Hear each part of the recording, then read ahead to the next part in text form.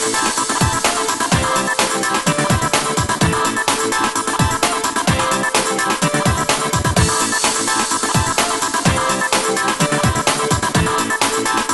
is up, ladies and gentlemen, YouTube? That's right. I am Chris, and today we're going to be talking about Billions, the new Showtime show that's going to be debuting in a couple of weeks. But they put the episode online for free. That is right. So I watched it. I'm going to review. I'm going to be reviewing the entire series or season, whatever you may call it. But yes, let's talk about this thing. This thing stars Damian Lewis, Paul Giamatti, Malin Ackerman, and a whole bunch of other people, but that is the main essence of the core cast. Now, this show is pretty much about kind of like the business side of certain things, and it follows a rival U.S. attorney played by Paul Giamatti. He is Chuck Rhodes, and he's going up against a shady businessman, hedge fund manager played by Damian Lewis, which is Bobby Axelrod.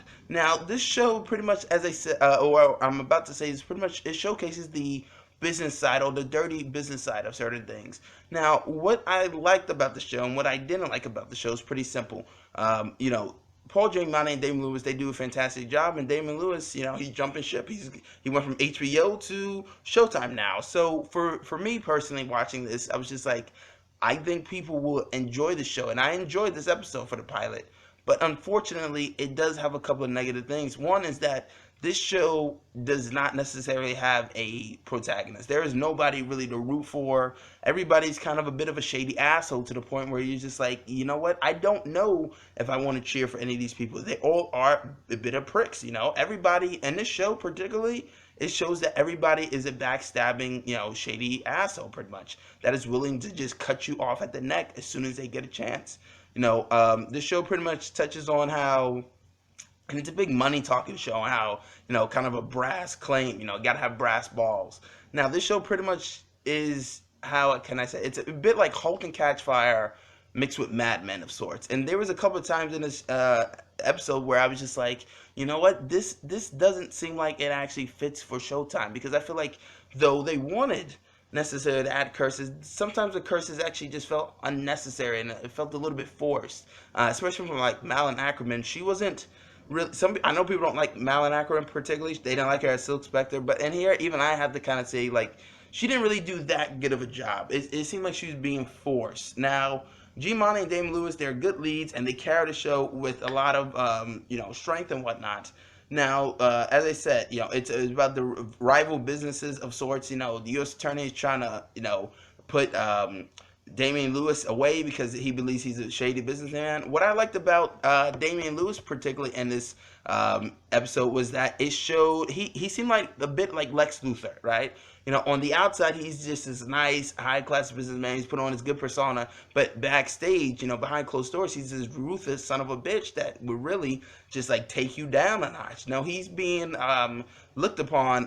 Bobby Axelrod is being looked upon for the FBI, and they're trying to like find, what's he trying to do. In one part of the episode, somebody mentions that he's a bankster, and I was like, you know what? That's actually a pretty good word. What does that mean exactly? And then I kind of put it together. It was like, he's a bankster gangster, or a banker gangster, pretty much. And I was just like, okay, I buy that. I'll go with that. Sure, why not? And then, particularly, what worked in this episode was that or what hopefully works going forward in this thing, is that it showed that the business side of certain things, it showed that everybody's ruthless, right? I enjoyed seeing that. It's something kind of fresh.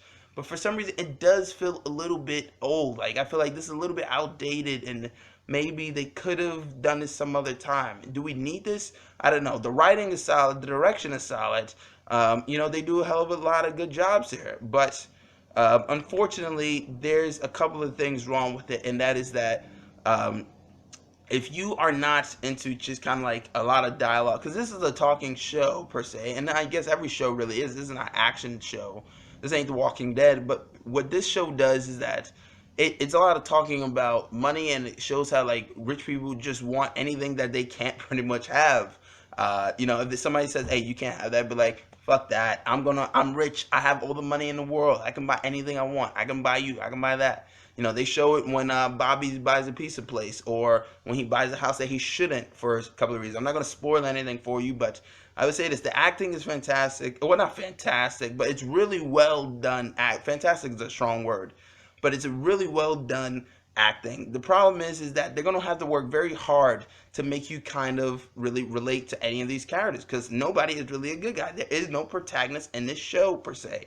You can kind of be like, oh, well, maybe it's Paul Giamatti, maybe it is, maybe it isn't, but particularly there is no good person in the show. Maybe Giamatti's wife, maybe, but even that is a bit of a stretch. Now they have to, I don't mind the anti-hero, but for right now, they just seem like rich people that can get anything they want. They touch upon how you gotta, claim your territory and mark your spot, and power is control. When you have the power, you have all the control in the world. Now, there's a lot of interesting themes here, but sometimes the symbolisms, and there's a couple of ones in the show that kind of were just like knocking you over the head to the point where it'd be like, we get it. It's supposed to mean he has power. It's supposed to mean he wants everything, control.